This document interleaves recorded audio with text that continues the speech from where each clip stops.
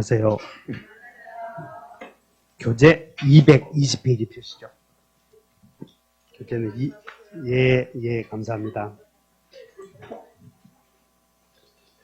220, 명절 잘 보내셨어요? 예. 페이지 220페이지 펴보면 점유권 나오죠? 거기. 우리 지난주에 물권의 종류는 점유권이 있고, 그 다음에 두 번째는 법률의 범위 내에서 사용수익 처분할 수 있는 소유권, 소유권의 내용을 제한하기 위해서 인정되는 제한물권 중에 지상권, 그리고 지역권, 그 다음에 전세권,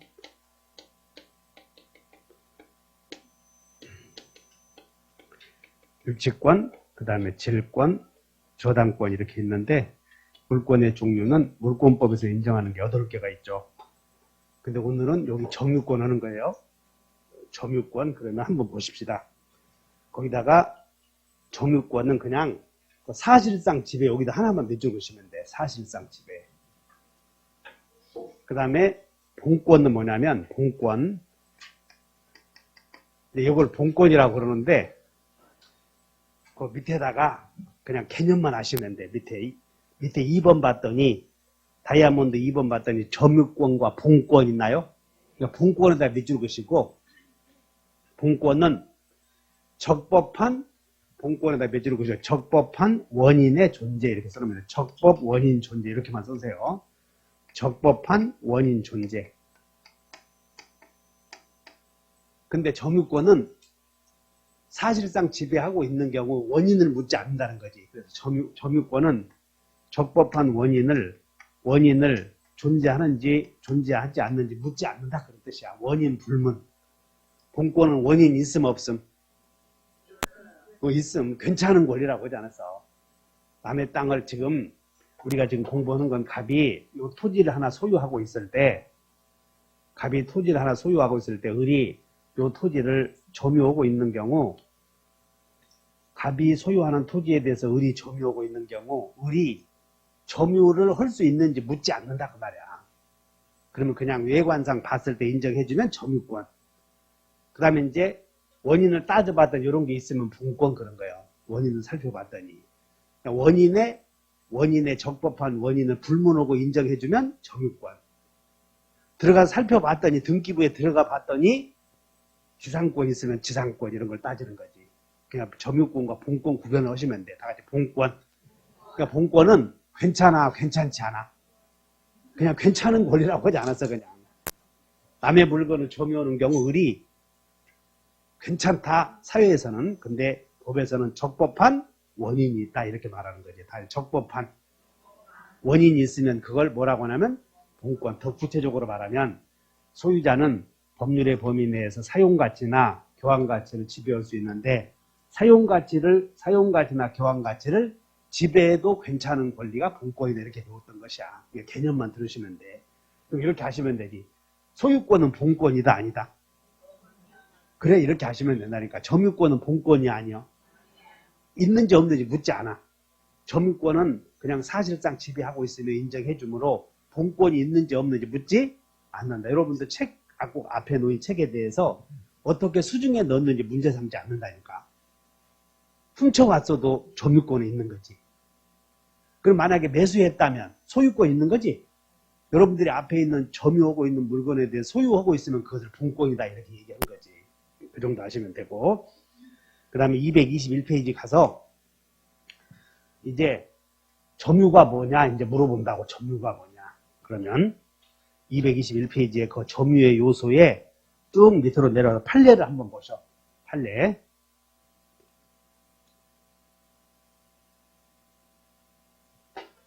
거기다가 밑에 판례를 보시고 여러분들은 사실상 지배하면 점유권이 있다 이 말을 봐봐. 물건을 훔쳐온 사람도 점유권이 있다 이런 거 그런 건 시험이 안 나오고 여기 잘 봐. 토지 소유자는 갑이야. 토지 소유자는 갑인데 갑이 토지 등기부를 보니까 갑의 명의로 등기돼 있어. 근데 거기에 토지 소유자는 갑인데 을이 여기다 건물 지어서 소유하고 있어, 지금. 을이 요 건물을 이렇게 소유하고 있다고, 지금 을이. 그러면 건물이 서 있는 땅을 건물 부지 이렇게 얘기하거든. 그래서 토지 소유자와 건물 소유자가 다를 때, 토지 소유자와 건물 소유자가 다를 때, 건물이 서 있는 땅, 건물 부지의 점유는 누가 하느냐, 요것만 하시면 돼. 누가 하겠어? 토지 소유자와 건물 소유자가 다를 때, 겉으로 봤을 때는 이 토지를 부지, 건물 부지 점유는 건물 소유자에게 있다고 봐야 돼. 토지 소유자에게 있다고 봐야 돼. 거기다 밑줄 그으셔. 거기다 1번. 판례 1번으로 가서 오른쪽에 이렇게 하나 제목을 메모하는 거예요. 거기다가 뭐라고 써냐면 오른쪽 판례에다가 건물 부지의 점유자 이렇게 쓰는 거야. 건물 부지의 점유자 이렇게. 그 날개 오른쪽에다가 여기가 1번 판례에 오른쪽에다가 번호해 놓고 건물 부지의 점유자 이렇게 시험공 보는 거니까. 인터넷에서 물건을 훔쳐온 사람도 점유권이 있다 그런 건 시험이 안 나와. 시험 나오는 것만 공부하자니까. 건물과 토지 소유자와 건물 소유자가 같다 다르다. 다를 때 건물 부지의 점유자는 누구에게? 건물 소유자. 그러면 갑은 만약에 이 건물을 이 갑의 토지에 을이 무단으로 건물을 지었다면 무단으로. 그러면 갑은 점유하지 않고 있다고. 그래서 갑은 을에게 토지 내놓으시오. 즉 우리는 물권법에서는 물권적 청구권 중에 반환 청구, 방해 제거 청구, 방해 예방 청구 이것이 물권의 주류를 이루고 있어. 그래서 갑은 자기 땅에다 건물을 무단으로 을이 지어서 살고 있는 경우 갑은 토지 소유자이지만 점유하고 있지 않는단 말이야. 그러면 점유하고 있지 않은 토지 소유자는 토지를 내놓으시오 해야지 이렇게. 그래서 토지 내놓으시오 이런 거 공부하려고 정확하게 구별을 개념하는 것이다 하시면 돼. 자, 그 다음에 이제 점유의 일반 개념에 우리 책에 있는 대로 내가 설명을 해줄 테니까. 그리고 여기를 한번 설명했고, 두 번째는 우리는 물권은 성립, 그 다음에 효력, 그리고 소멸 이렇게 돼 있어. 그래서 점유권은 어떻게 성립이 되는가 요거 배우는데, 점유권의 성립 시기와 관련하여 요거 지금 갑이 토지 소유자인데 소유자야. 근데 을이 요 토지를 을이 매수했대. 매매. 그러면 이 토지의 소유권의 취득 시기는 토지 소유권의 취득 시기를 을의 이름으로 등기한 때 소유권 넘어오지 않습니까? 근데 이 토지의 점유권을 언제 취득하냐 그 말이야. 점유권. 그래서 점유권은 토지 소유자가 건물을 넘겨주면, 토지 소유자 매도인이 건물을 넘겨주면, 토지를 넘겨주면 점유권 취득하겠지. 근데 이게 부동산을 매매계약을 체결해서 등기는 했거든. 그럼 소유권 취득 시기야 요때는. 근데 점유권은 요때 취득했는지 이때 취득했는지 잘 모를 때 있다는 말이야 이게. 그래서 여러분들은 동그라미 3번을 내려와서 밑에 판례 동그라미 3번에다가 오른쪽에 메모를 해. 지금 얘기 잘 들어야 돼. 221페이지야. 221페이지 판례 밑에다가 3번에다가 뭐라고 써냐면 점유권의 성립 시기 이렇게 써요. 3번에다가 점유권의 여기 3번에다가 이렇게 써. 매매로 인한 점유권의 취득 시기 여기다 메모해. 매매로 인한 점유권의 취득 시기.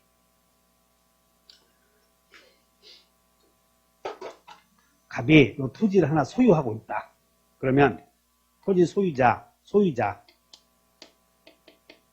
그래서 을에게 매매를 해.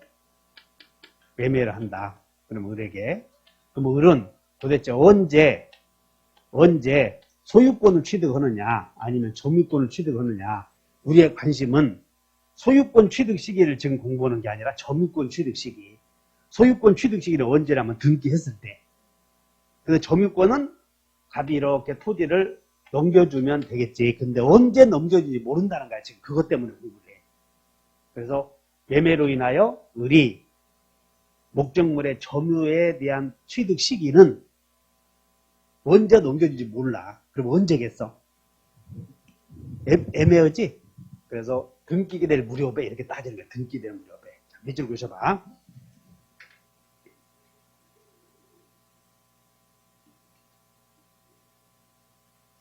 맨 밑에 어디? 자, 맨 밑에다가 판례 밑줄 그으셔봐.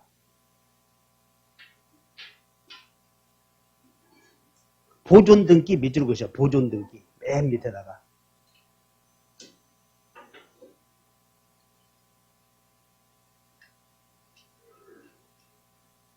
자, 이제 3번에다가 여러분 주의할 건, 그 판례 3번에 하나, 둘, 셋, 네 번째 줄에 밑줄. 소유권 이전 등기 여기다 밑줄. 구별하셔야 돼. 다른 거 읽어야 소용없어. 소유권 이전 등기. 그 다음 맨 밑으로 내려왔더니, 거기다가 보존 등기 밑에서 두 번째 줄. 그러니까 여러분들 구별해야 될 건, 소유권 이전 등기냐, 요거 두 개 구별하시면 돼. 이전 등기, 그 다음에 보존 등기. 그럼 여러분들 구별을 정확하게 알아야 되는 건, 우리 갑이 소유하는 토지에 대한 점유권의 취득 시기가 언제인지 모른다는 거야. 언제인지. 그럼 만약에 언제인지 모르면 이전 등기가 되면 그 무렵에 점유권도 취득한 것으로 보자. 그런 거야. 근데 보존 등기는 권리 변동 과정을 추상하는 게 아니거든. 그래서 보존 등기가 되면 그 무렵에 점유권을 취득한 것으로 보아야 한다. 그러면 틀렸다 하시면 돼. 무슨 얘기인지 이해하셨어? 여러분들이 등기법에서 보존 등기는 맨 처음에 하는 등기가 보존 등기라니까. 그러니까 보존 등기는 맨 처음에 갑의 이름으로 보존 등기를 해야지. 근데 이렇게 의뢰 이름으로 보존 등기를 했다면 보존 등기는 권리 변동 과정을 나타내는 게 아니야. 이전 등기는 권리가 넘어왔다 과정을 나타내기 때문에. 그래서 여러분들 그냥 기억하면 돼. 매매로 인한 점유권의 취득 시기가 불분명한 경우에는 이전 등기가 되었다면 그 무렵에, 이전 등기가 될 무렵에 점유권도 취득한 것으로 추정된다 그 말이야. 그러나 보존 등기가 될 무렵에 보존 등기는 점유권을 이전했다고는 나타내는 게 않거든. 그래서 보존 등기가 되면 그 무렵에 점유권을 취득했다고 볼 수는 없다. 그것만 이해하시면 돼. 한 장 넘겨요. 그것이 이제 여러분 앞에 중요한 내용이야. 두 가지만 알면 돼. 자, 한 장 넘겨보면 222페이지에 점유의 관여만 나오지? 그냥 그런 거 알 필요 없어. 그냥 거기다 밑줄 그으셔봐. 점유 2번에 점유 보조자 밑줄.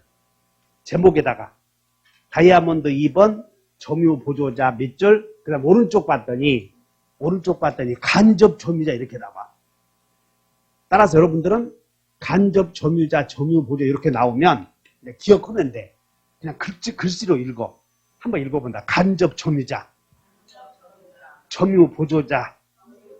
머릿속에 개념을 한번 읽어보라고. 그러면 둘 중에 하나는 점유권이 있고 한 사람은 없어. 지금 상황이. 한 사람에게는 점유권이 있고 한 사람에게는 없다고 지금. 그러면 간접 점유자는 점유권이 있겠어 없겠어? 점유 보조자는 그것도 있어? 여러분 이 사람도 둘 중에 하나만 있다니까. 그러니까 간접 점유자는 점유권이 있고 점유 보조자는 뒤에 글씨 읽어보면 되잖아 그냥. 그러니까 점유 보조자는 점유자를 보조해주는 사람이야. 그렇게 알면 된다고 이렇게. 그래서 딱 읽었을 때 그럼 점유 보조자가 누군데? 몰라도 시험은 푸는데 찝찝하잖아. 그래서 한번 공부하고 가는 거예요. 한번 읽어본다. 왼쪽으로 되돌아와서 점유 보조자 195조 주문 읽어보자. 가사상 시작. 가사상 영업상 기타 유사한 관계에 의하여 타인의 거기다 똥름 쳐. 타인의 지시. 이게 포인트요. 타인의 지시를 받아서 물건에 대한 사실상의 지배를 하는 경우에는 타인만을 점유자로 한다. 여러분 군인이 우리 해병대 강화에서 총을 갖고 있다고. 총을 지금 집총하고 보충 근무를 하고 있어. 근데 그 총은 자기 것이요 국가 것이야. 국가의 지시를 받아서 점유하고 있지. 이때 군인의 갖고 있는 총에 대한 지배는 점유권이 없다 이렇게 말하고 다 같이 점유 보조자라고 한다 하시면 돼. 개념만. 그럼 여기 여러분 경찰관들이 여기 작년에 경찰관 한 분 계셨네. 집사람이. 경찰관들이 뒤에 총 소지하고 있는 거 봤어? 못 봤나? 한번 가봐. 그럼 그 사람들은 총이 경찰관 것이야? 국가 소유야? 국가의 지시를 받아서 물건을 점유하고 있지? 이런 걸 점유 보조자라 하시면 돼. 운전기사, 자동차를 사장 차를 몰고 다니는 운전기사는 사장의 지시에 의해서 물건을 점유하고 있지? 그런 사람을 점유 보조자다 개념만 알면 되고, 그 사람들은 사람도 아니에요, 이제 앞으로는. 그래서 점유 보조자는 점유자다 아니다. 아니다 이렇게 하시면 돼. 그러면 그것도 결국은 물권적 청구권의 상대방이 되냐 안 되냐 그것 때문에 그래. 그래서 요 갑의 자동차를 을이 침탈을 해. 을이 침탈. 근데 을이 빼앗아서 을이 침탈해서 누구에게 맡겨놨냐면 운전기사가 자동차를 몰고 다녀. 운전기사. 그러면 자동차를 빼앗긴 사람은 빼앗아간 사람에게 자동차 내놓으시오라고 소유물 반환 청구, 이제 소반청 해야 되는데, 소유물 반환 청구는 침탈해간 사람에게 소를 제기해야 될 것인가, 아니면 그 침탈해간 사람의 운전기사를 상대로 소를 제기해야 될 것인가 문제가 돼. 그러면 상식적으로 누구를 상대로 소를 제기해야 될 것 같아요? 침탈한 자를 상대로 해야지. 운전기사를 상대로 해봐야 소위 헛방이야, 헛방. 당사자 적격이 잘못되어서 너는 이 사람은 사람도 아니니까 점유자가 아닌데 어떻게 그 사람을 상대로 소를 제기하느냐 이런 거예요. 그래서 그것 때문에 공부를 해. 어쨌든 점유 보조자는 점유자여 아니요. 그러면 이제 간접 점유는, 자 오른쪽 읽은다. 한번 읽어본다. 지상권 시작. 지상권, 전세권, 질권, 사용대차, 임대차, 기타, 임치, 기타의 관계로 여기는 지시가 아니잖아. 지시가. 여기는 기타 관계는 이렇게 써놓으면 돼. 기타 관계는 대등한 관계 이렇게 써놓으면 돼. 대등한 관계. 자, 나 봐. 이 갑이 소유하는 토지를 을에게 임대해 주었다고 봐. 임대. 그 임대해 주었다면 임차인은 소유자의 허락을 받아서 건물을 점유하게 되고, 이때 임대했다고 해서 이 점유가 완전히 을에게 넘어간 건 아니라고 볼 수 있지. 그래서 임대차에 의해서 물건을 빌려 쓴 사람은 직접 점유자라고 하고, 그리고 임대인도 간접적으로 점유하고 있다고 볼 수 있으니까 임대인은 간접 점유자다 이렇게 말하는 거예요.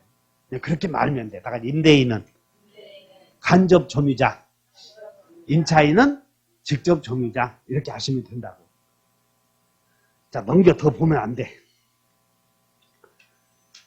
그 다음에 여기 점유권에 여기 책이 막 왔다 갔다 하니까 내가 목차를 써놨어. 그래서 점유권의 성립 시기와 관련하여 상속의 경우에는 점유권도 상속에서 취득한다는 거예요. 그래서 224쪽에 4번 봤더니 상속인의 점유 나오나? 야, 이것도 그냥 여기 들어봐. 갑이 이 토지를 소유하고 있는데 여기서 갑이 여기 사망해. 그러면 사망하면 상속인이 있을 거 아니야? 그럼 상속인이 소유권 취득 시기는 등기 안 해도 된다. 여기 배웠지. 근데 지금은 소유권 취득 시기가 아니고 점유권 취득 시기만 공부하는 거예요. 그래서 상속에 의한 경우는 점유권 취득 시기는 그냥 사망하면 점유권 취득한다는 거예요. 근데 사망 사실을 우리는 중요한 것은 알아야 몰라도. 그것만 알면 돼. 몰라도 이렇게만 써놓으면 돼. 상속에다 밑줄 긋고 알아야 몰라도. 이게 포인트니까 시험이. 몰라도 이렇게만 써놓은 거예요. 상속으로 인한 점유권 취득 시기에는 아버지가 돌아가셨다는 사실을 몰라도 바로 점유권을 취득한다. 이 정도 아시면 돼. 됐나? 그 다음에 더 보지 말어. 225페이지 가서 그냥 용어만 하시면 점유의 태양이 나오는데, 점유의 태양은 태양에다 밑줄 그으시고 종류 이렇게 써놓으면 돼. 종류. 점유의 태양에다 종류. 그러면 이제 점유의 태양에 이제 자주점유와 타주점유 나오죠. 그래서 자주점유는 밑에 봐. 다 같이 한번 읽어본다. 자주점유. 제목만 읽어봐. 03번에 다이아몬드 1번 시작. 또 개념만 다시 시작. 나 봐. 다시 한번 시작. 그 말은 자기가 소유주다라고 하는 점유예요. 이거. 자기가 자주점유는 자기가 소유주다라고 하는 점유를 자주점유라고 그래. 소유주다, 자기가. 그러니까 타주점유는 그냥 그야말로 타인이 소유주다라고 하는, 타인이 소유자다라고 전제하고서 하는 점유를 타주점유라고 그래. 듣고 말아버리라고. 어디? 요 갑의 땅을 우리 매수해서 점유를 했어. 매수해서 점유. 그럼 토지를 매수해서 점유한 경우에는 내가 소유주다라는 의식을 갖겠어, 안 갖겠어? 그런 걸 자주점유라고 그래. 두 번째는 토지를 임대했어. 임차. 임차인은 토지를 점유할 때, 임차인이 내가 소유자다 하냐? 그래서 임차인의 점유는 소유자가 따로 있다는 걸 전제하고서 점유하지. 이런 걸 타인이 소유주다라고 전제하는 경우를 타주점유라고 그래. 개념만 알면 돼. 한번 읽어본다. 자주점유, 타주점유. 이해하셨어? 한 장 넘겨.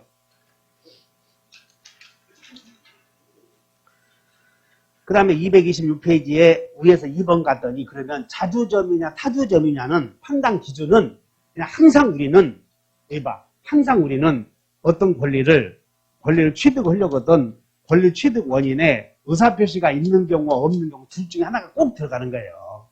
이것을 자주점유의 판단 기준이 되려거든 원인이 있어야 되는 거예요. 원인.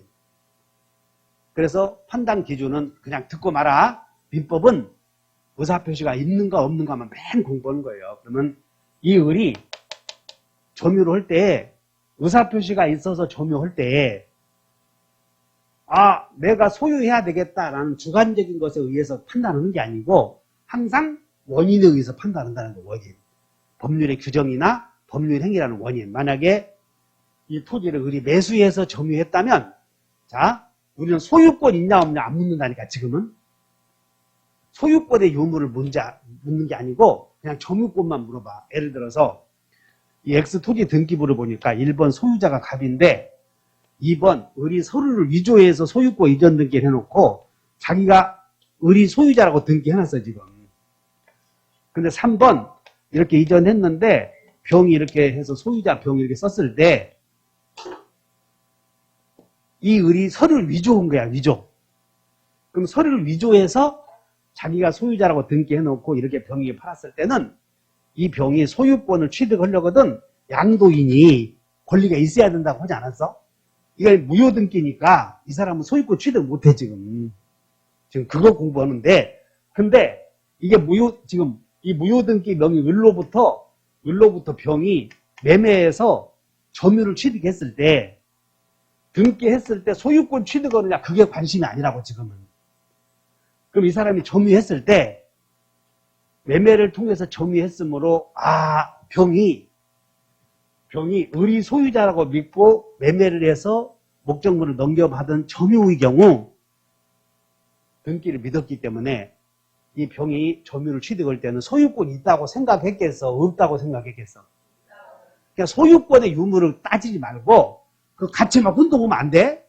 점유권만 공부하는 거라고. 그래서 이런 경우를 자주점유라고 한다는 것이야. 소유권 취득의 원인을 공부하는 게 아니야. 알아들어?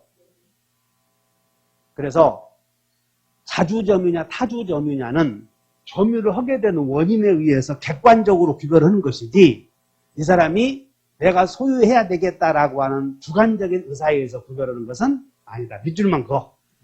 자, 판단 기준은 쭉 내려와서 하나, 둘, 셋, 네 번째 줄에 밑줄은 다 객관적 이렇게. 여러분들이 공부를 할 때 항상 시험에 판단 기준으로 주관적, 객관적 나오면 항상 그 부분에 동그라미 쳐놓고 외우고 가는 거예요. 판단 기준 나오면. 여러분들이 공부를 하다 보면 내가 주관적이다, 객관적이다, 구체적이다, 특정이다 막 해주지 않아? 그럼 그때 이렇게 머릿속에 구별하는 거예요. 그러면 판단 기준 그러면 일반적으로 판단 기준은 다 주관적으로 하겠어? 객관적으로 하겠어? 전부 객관적인데 사기당했느냐 협박에 의해서 강박에 의한 의사표시인지 여부를 기준으로 구별할 때는 그때는 주관적이어도 된다 그 말이에요. 그때만 이렇게. 또 그 얘기 해주면 또 꼭지 돌지. 그러니까는 여러분들은 판단 기준만 나오면 주관적이다 객관적이다 이렇게 나올 거 아니야? 그럼 거기다가 밑줄 긋고 그것이 바로 시험에 나오는 걸 아시면 돼. 밑에 그 다음 여기 봐. 지금 이 갑의 의미로 등기된 땅에 대해서 을이 이름으로 등기되어 있고 병이 매수해서 이렇게 점유했어. 근데 이 사람이 자주점유였는지 타주점유였는지 이 원인에 의해서 구별할 텐데 원인이 불분명하다 그 말이야. 매매를 통해서 점유를 했는지 임대차를 통해서 점유를 했는지 애매하면 이 사람은 자주점유로 놓고 보자, 타주점유로 놓고 보자. 이게 추정이야, 이게. 그래서 여기 원인이 불분명할 때는 일단 점유자에게 유리하게 해주자 그 말이야. 그래서 자주점유로 추정된다 이런 표현이 나와. 다 같이 추정. 자주점유 추정이다 그 말. 추정이다 동그라미 쳐. 추정. 추정이다 동그라미 쳐놓고 반대 사실이 증명되면 효력이 뒤집힌다 이렇게 써. 자주점유 추정이다가 추정이다 동그라미 쳐놓고 뭐라고 메모? 반대 사실이 증명되면 효력이 뒤집힌다 이렇게 써요. 반대 사실이 증명되면 효력이 번복된다. 즉 일단 자주점유로 인정해 주지만 그것이 반대 사실이 증명되면 효력이 뒤집혀서 타주점유로 변한다 그런 뜻이야. 그 정도 아시면 돼. 그래서 자주점유로 추정된다. 자, 이 정도만 쭉 읽어보면 되고요. 그 다음에 227페이지에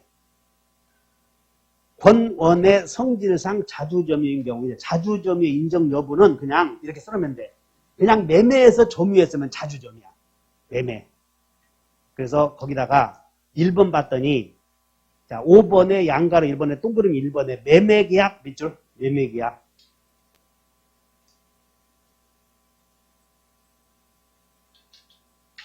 그 다음에 2번으로 내려와서 점유 시초에 밑줄 긋지 말고 점유 시초에 소유의 의사로 점유한 것이라면 나중에 매도인에게 처분 권한이 없다는 사실을 알게 되었다 이 말이야. 나중에 알게 되었대. 그러니까 여기 애초에 점유 시초에 자주점유였는데 여기 봐. 이 병이 매매를 통해서 점유했어. 매매를 통해서. 근데 나중에 보니까 매매가 무효였지. 일단 매매 계약을 통해서 점유를 했는데 나중에 매매가 무효라는 걸 알았다는 거예요. 그래서 자주점유다, 타주점유다. 매매를 통해서 점유를 했어. 그러니까는 우리는 항상 판단 시기를 공부하는 거야. 거기다가 2번에다가 메모해. 2번 판단 시기. 2번 오른쪽에다 이렇게 메모 그냥 여러분 메모하셔 그러면 오른쪽 날개에다 하는 거예요. 판단 시기. 정리한다. 자주점유냐 타주점유냐 판단하는 시기는 점유를 시작해서 끝까지요. 점유 개시 시요. 그렇다. 점유 개시 시에만 자주점유였다면 나중에 어떤 사정이 있어도 타주점유가 되는 것은 아니다. 그런 뜻이야. 점유 개시지. 그 다음에 밑으로 내려와서 권원의 성질상 타주점유인 경우가 있어. 타주점유인 경우. 그러면 그냥 거기다가 무단점유 나오잖아. 무단점유는 여기 봐. 무단점유는 원인이 있는 거예요. 전혀 원인이 없는 거예요. 무단점유는 전혀 의사표시나 법률의 규정이 없는 경우지. 그러므로 무단점유 그러면 타인의 토지를 무단으로 쓰는 건 전부 타주점유요. 그러면 거기다가 이제 타주점유인 경우 여러분들 거기다가 오른쪽 나르기에다 메모해. 2번에다가 타주점유인 경우에다가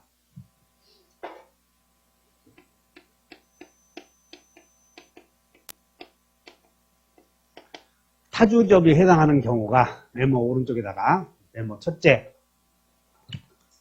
여러분들 직접 점유자는 성질상 아까 임차인의 점유는 직접 점유라고 하지 않았어? 직접 점유자는 다 타주점이야. 직접 점유자는 전부 타주점이라고. 지상권도 직접 점유자 타주점유. 임차인도 직접 점유자 타주점유. 아까 간접 점유, 직접 점유 배웠잖아. 그럼 간접 점유자는 다 자주점유인가? 그런 건 아니야. 근데 직접 점유는 전부 무슨 점이야? 타주점유 이렇게 써놓으면 돼. 그 다음에 타인의 토지 위에 메모하셔. 타인의 토지 위에 분묘를 설치했어. 분묘. 타인의 설치에 분묘를 설치해서 분묘 기지를 점유해. 여러분들 남의 땅에다가 아버지가 돌아가셔서 아버지 묘를 써는 거예요. 남의 땅에다. 그러면 분묘 기지만 나오지, 그럼 타인의 땅에다가 묘를 설치했다 그러면 전부 타주점이에요. 그 다음에 세 번째는 무효임을 알고 매수. 자, 주의하셔야 돼. 처음에 매매 계약을 통해서 점유했는데 무효인 줄 나중에 알은 경우, 애초부터 무효임을 알고 점유한 경우 달라. 처음부터 무효임을 알고 점유했다면 무슨 점이야? 차주점이야. 나중에 무효임을 알았다면 차주점인 두 개 잘 비교해줘야 돼. 무효임을 알고 매수해서 점유했다면, 알고 그러면 이렇게 타주점이다. 그 다음에 공유해서 공유자 1인의 공유물 전부 점유.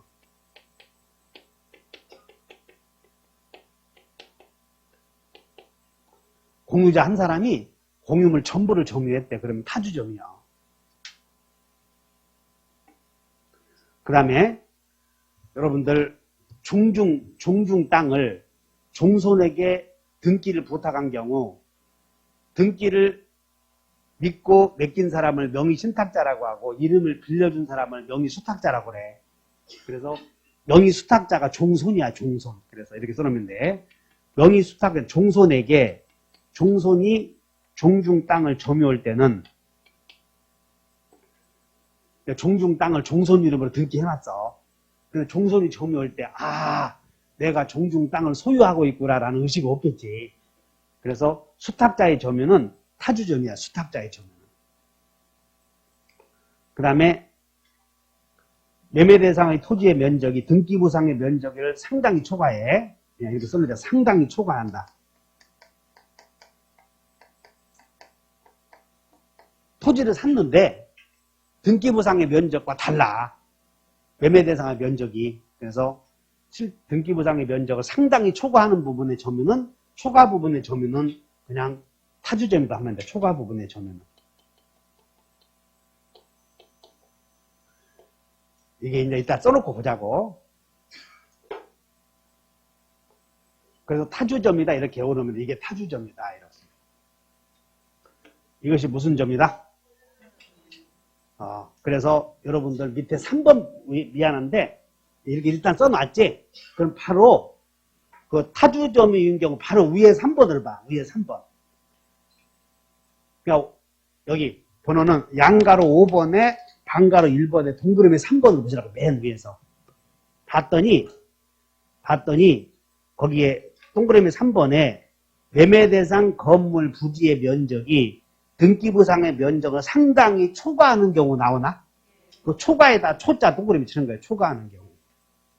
초과하는 경우 초과 부분은 단순한 점유 사용권의 매매로 보아야 하므로 그 점유는 무슨 점유에 해당한다?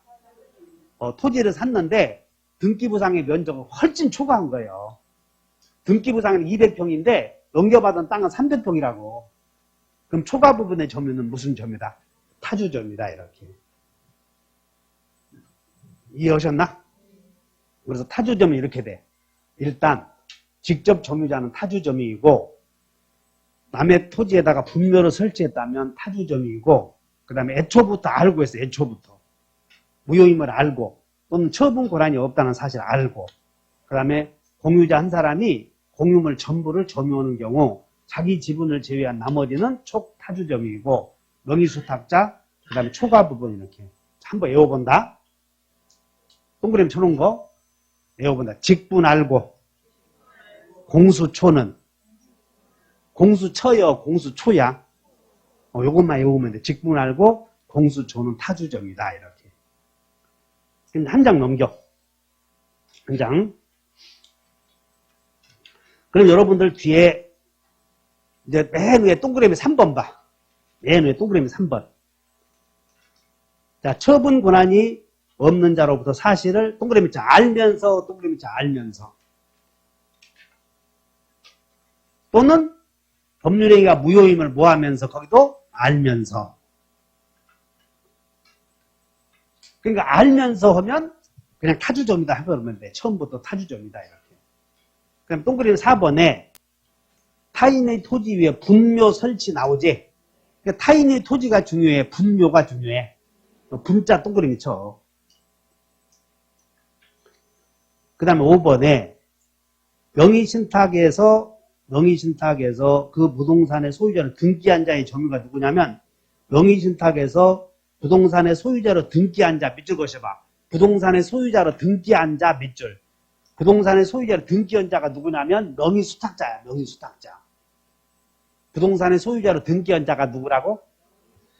그러니까 여기서 여러분들 그 읽어내야 돼. 명의수탁자의 점유다 이렇게. 종중 땅을 종손 명의로 등기해서 이걸 명의신탁이라고 그래. 그리고 종손이 점유하는 경우를 명의수탁자의 점유, 거기는 여러분 책에는 등기한 자 이렇게 나오잖아. 읽어내야 된다고. 거기서 등기한 자가 누구요? 명의수탁자. 그 다음에 6번 봤더니 공유자 한 사람이 공유자에다 동그라미 있죠. 공유자 한 사람이 공유물 전부를 점유하고 있는 경우에는 그것은 지분 비율 범위 내에서는 타주 점유이고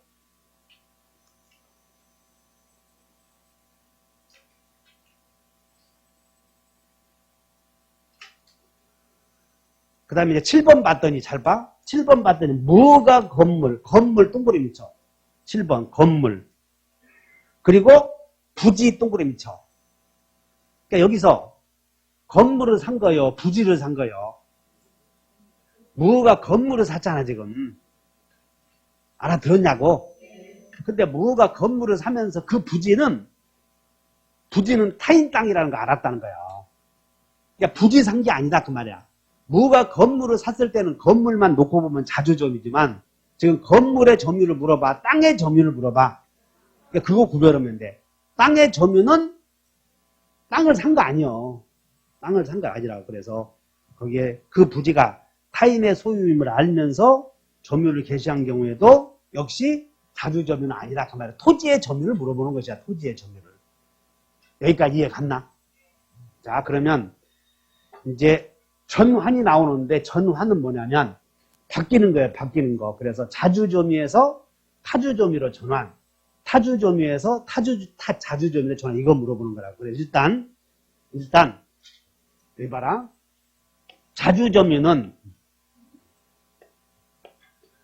자주점유는 주로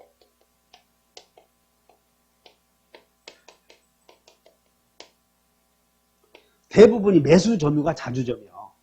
근데 지금 여러분들 교재는 1번 타주에서 봐라. 타주에서 언제 자주점유로 변하냐. 요거 물어봐서 타주에서 자주점유로. 이 사람들은 타주점인데 언제 자주점유로 되냐 그 말이야. 그러면 봐라. 임차인의 점유는 타주점인데 임차인 땅을 사버리면 되잖아. 그래서 두 개가 있다고. 그래서 거기다 메모해봐. 양가로 1번에서 오른쪽에다가 4번에 양가로 1번에서 타주점유에서 자주점유로의 전환 나오지. 그래서 타에서 자로 전환에다 가로해 놓고는 오른쪽에 메모해봐. 매수 횡령.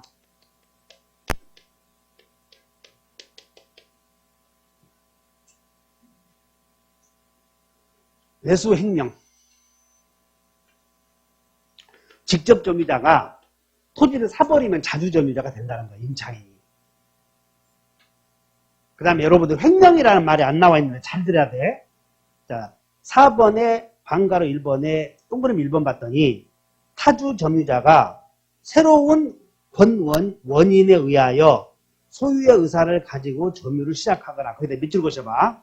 타주 점유자가 새로운 권원에 의하여 소유의 의사를 가지고 점유를 시작한 이 예가 매수야. 매수.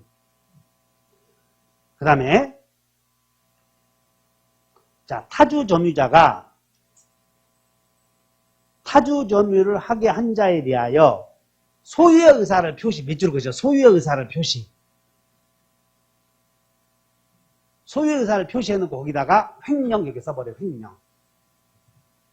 소유의사를 표시하기 횡령. 자, 횡령이 여러분 횡령죄 막 들어봤지?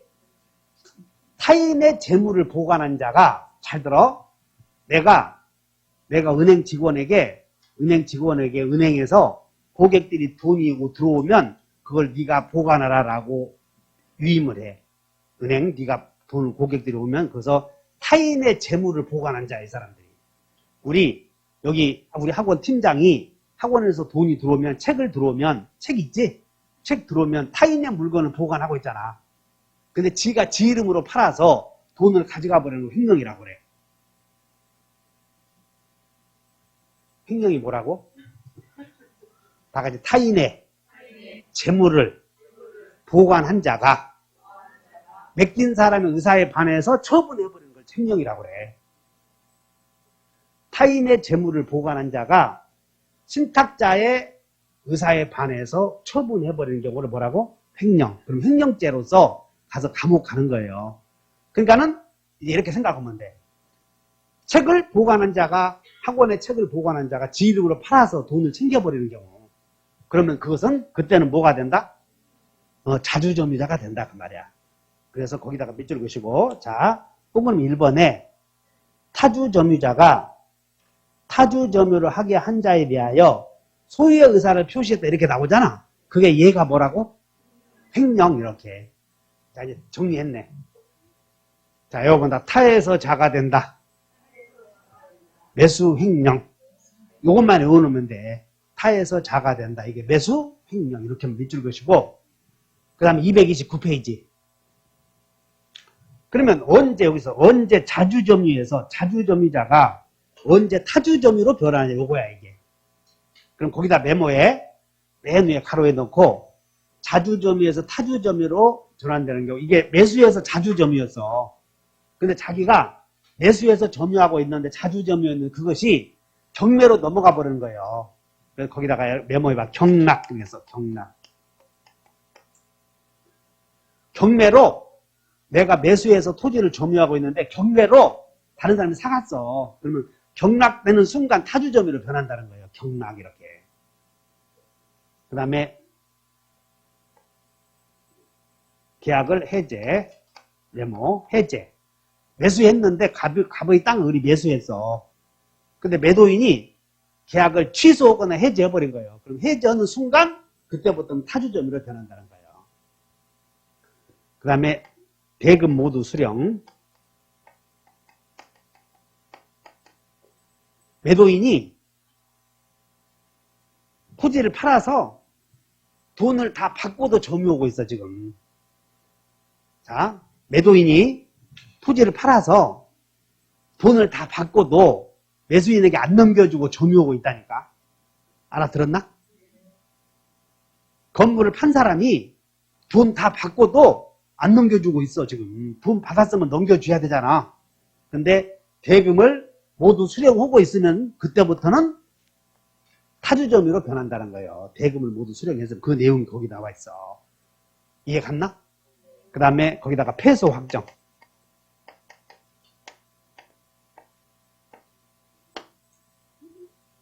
패소 확정.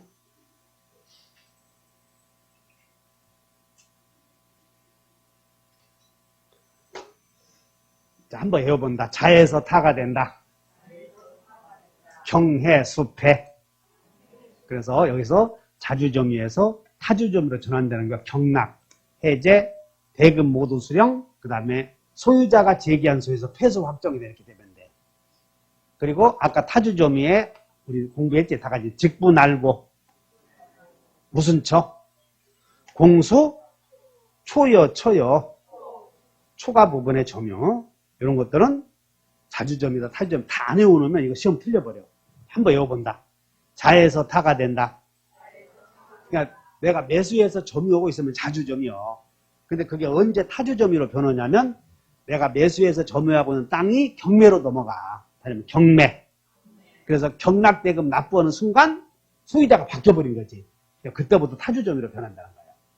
그 다음에 매도인이 땅을 팔았는데 돈을 다 받고도 안 넘겨주고 점유하고 있어.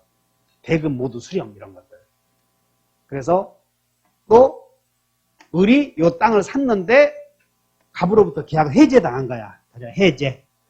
그러면 바로 타주점유로 변해버려. 그 다음에 대금 모두 수령, 그리고 소유자가 제기한 소유에서 을이 패소 확정되었지? 그러면 타주점유로 변한다. 자, 여러분들 경해, 수패, 매수, 횡령. 한 장 넘겨. 그 다음에 229페이지에 네모 2번에 선의 점유, 악의 점유 있지? 선의 점유에다 몇 줄 것이고, 선의 점유. 본권이 있다고 확신한 점유. 선의 점유는, 선의 점유가 무슨 뜻이라고? 그러니까 선의 점유, 메모해봐. 본권이 있다고 확신한 점유.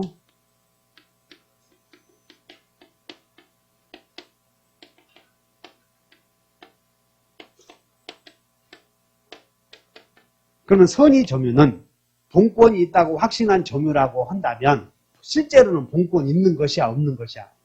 없는 거라고. 본권이 있다고 믿었지 실제로는 없다 그런 뜻이야.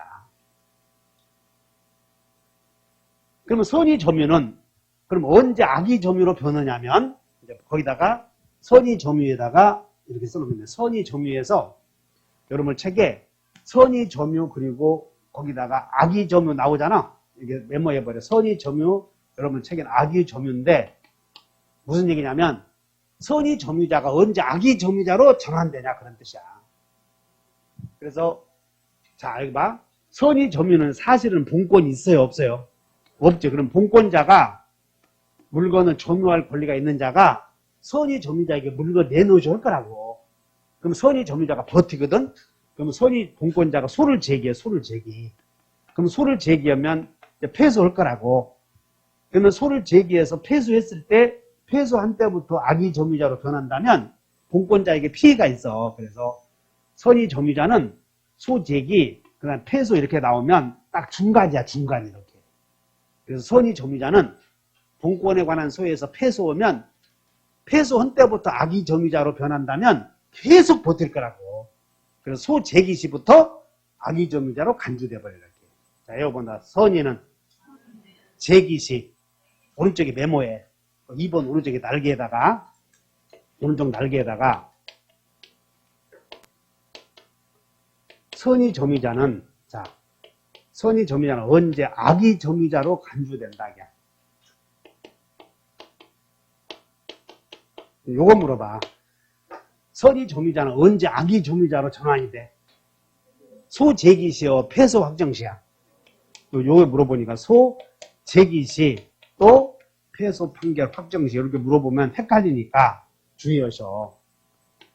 아까 자주점유자는 타주점유자로 전할 때 패소시였잖아. 자, 여봐 경해, 수패. 패소 확정시에는 타주점유자로 전하는데 선의 점유자도 똑같이 악의 점유자로 전환되는 시기는 패소여 소제기시요. 이게 주의하셔야 돼. 자, 이제 외운다. 선의는 제기시 악의로 전환된다. 두 개만 기억하시면 돼. 자, 한번 외워본다. 선의는 제기시 악의로 한 장 넘겨. 230페이지에 자, 맨 위에서 양가로 3번에 선의는 동그라미 쳐봐. 선의 점유자가 본권에 관한 소에서 패소 동그라미 쳐봐 한번. 230페이지에 양가로 3번에 맨 위에서 첫 번째 줄 읽어보면 선의 점유자가 본권에 관한 소에서 패소하게 되면 패소한 때부터요. 소제기시부터요. 소제기된 때부터 악의로 거기다 동그라미 쳐 본다. 추정이 아니라 본다 이렇게. 그 통째로 외워야 돼. 통째로. 자, 한번 외워본다. 선의는 제악이 본다. 통째로 안 외워놓으면 다 틀려버린다고. 통째로. 선의는 소제기시 악의로 추정이요 본다요. 본다 이렇게 외우느라고. 자, 다시 한다. 외워본다. 선의는 제악이 본다. 그 다음에 자주점유는 언제 타주점유로 변하는지 외워본다. 자에서 타가 된다. 경해, 수패. 그러니까 자주점유자는 폐소원 때부터 타주점유로 변해. 근데 선의점유자는 폐소원 때 악의로 변해, 소재기 시 악의로 변해. 두 개 차이점이 있으니까는 구별해서 외워놓으시라는 거예요. 자, 그 다음에 여기까지 해놓고 231페이지에 쉬었다가 공부를 해봅시다.